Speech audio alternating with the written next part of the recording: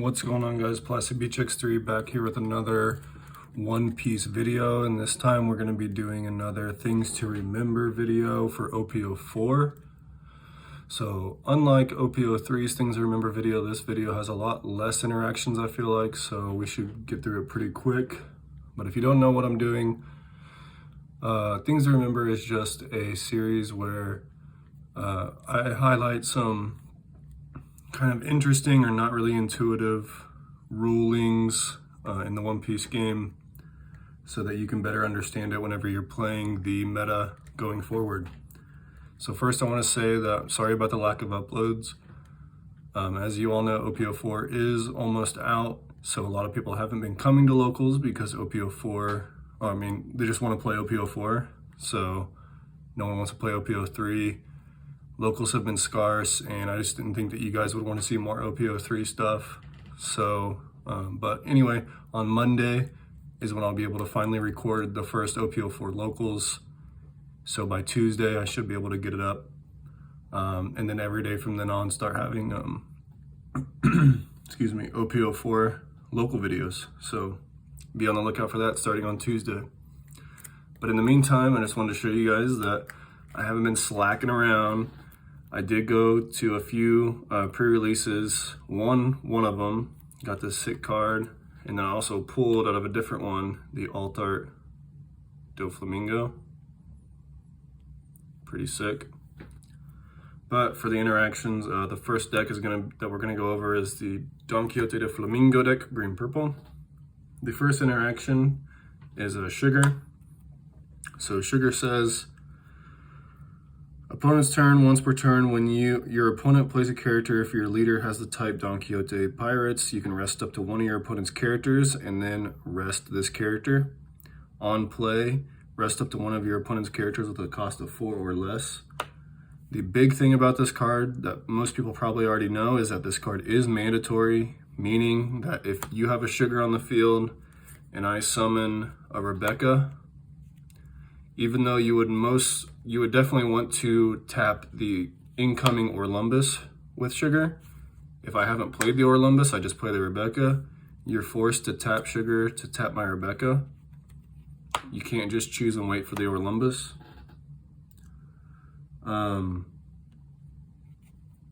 Also, let's say that I punt Gibson your Sugar on my turn, and then it comes back to you. It comes back to me with your Sugar rested, and I play a card like Uta. Even though your Sugar is rested, you can still you have to tap my Uta. Sugar doesn't require herself to be standing to use the effect. It's just that if she is standing, you're forced to tap her no matter what. Also, technically, if Sugar is standing, and I play Rebecca, you can tap Sugar and just not tap Rebecca, but either way, you have to tap Sugar on the first one. Don't know why you would ever do that, but...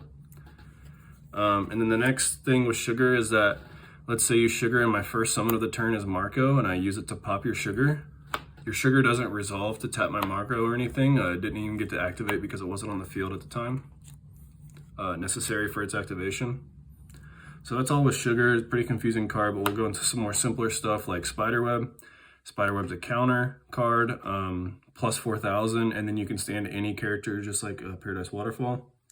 The big thing with Spiderweb is that, let's say that you have Uta on the field tapped, and let's say you swung with her last turn. I swing in and you play Spiderweb. You can't choose to restand the Uta and then block with the Uta because the phases in this game, the battle phase, it goes when attacking, all the effects resolve, blocking, you either choose to block or you don't, and then all the unblock effects resolve. And then counter after blocking. So counter, you can activate counter cards, and then all their effects resolve, but you can't go backwards. So you have to go when attacking, blocking, counter. You can't move to the counter phase, use your counter card to restand your blocker, then move back to the blocker phase to block. It's just not how the game works. Moving into Purple Yellow Croc, if you don't know what he does, he is on opponent's turn. Once per turn, if you Dawn -1, you can gain an active Dawn.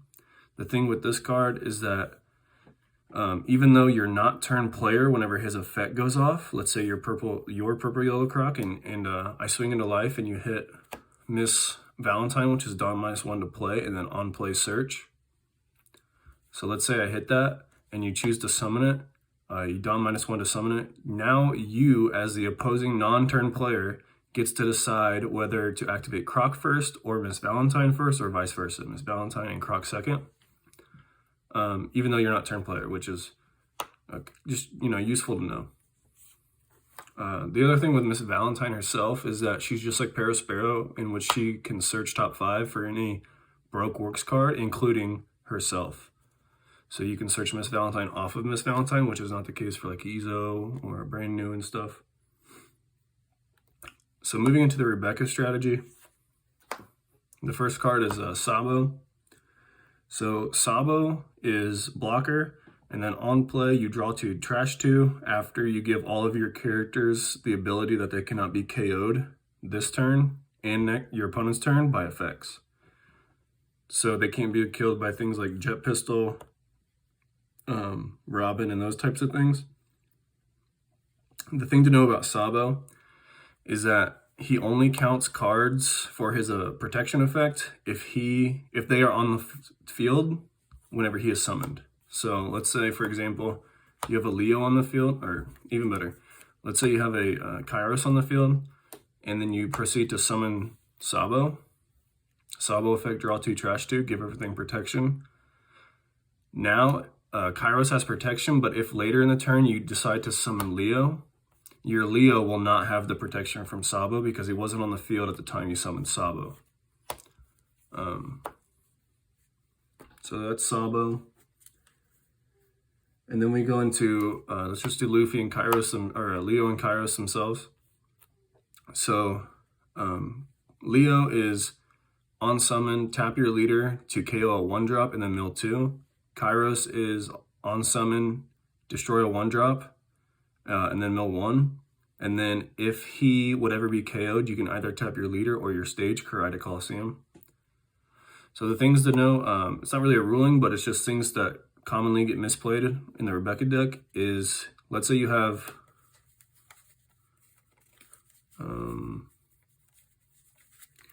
where'd that Orlumbus go? Let's say you have Orlumbus on the field.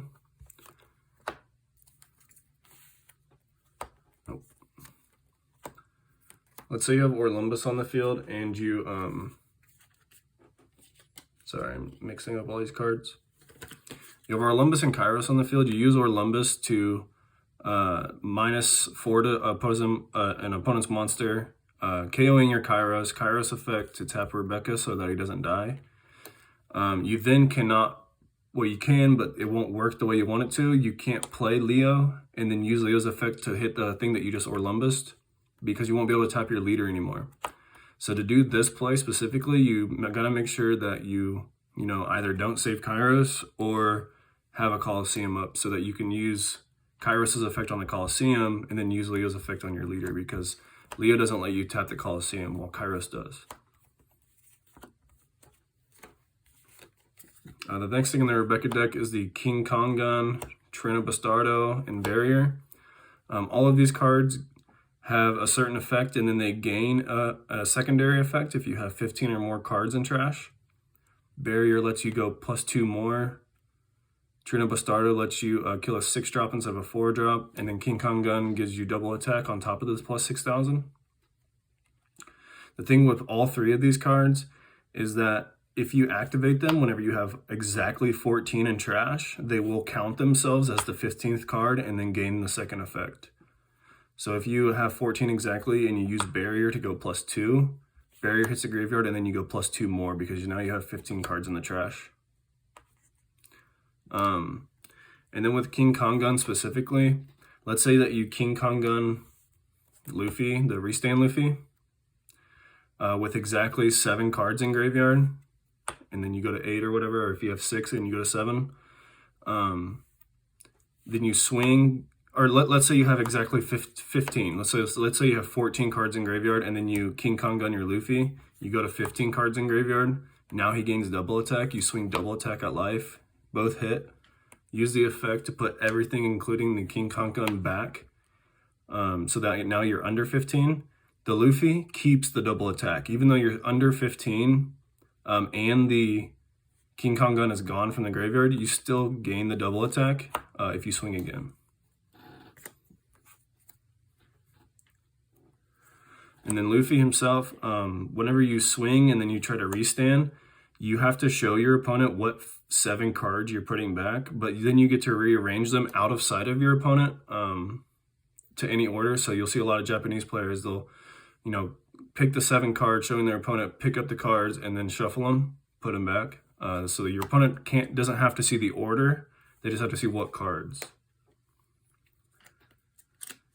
And then going into the EShow, I guess it's like an EShow section, I don't even know. But mostly it's Rosinante, the new 8-drop that I don't own currently. It says that on play you can tap itself to play a 5-cost base from your hand. And then while it's tapped, all your active 5-cost base cards cannot be destroyed by card effects. So let's say that you have a Rosinante on the field, you use this effect to play the Law. And then you pass turn and you have a Law Rosinante tapped. You're playing against Blue Purple Kaido and they summon the 10-drop Dark Hole Kaido. Use this effect to destroy everything. Even though it kills both of them at the same time, the Rosinante still protects the Law all the way until it hits the graveyard. So your Law, by the time that this is done resolving, will continue to be on the field. It can't be destroyed because Rosinante is on the field at the time of activation. So if they 10-drop Kaido you get to save your Law or whatever 5-drop you play. And then along with that EShow strategy, the brand new, a lot of people think that you can search 10-drop Kuzan off of this. You can't. 10-drop Kuzan is a former Navy, and brand new specifically says you have to add up to 1 Navy type. People get that confused because EShow searches Whitebeard pirate characters, but it says search up to top 5 with one card with a type including Whitebeard pirates. This says that it has to have Navy. This says including Whitebeard pirates. So brand new cannot search 10-drop Kuzan, but EShow can search Squad, which is an ally, and then Marco, which is a former Whitebeard pirate.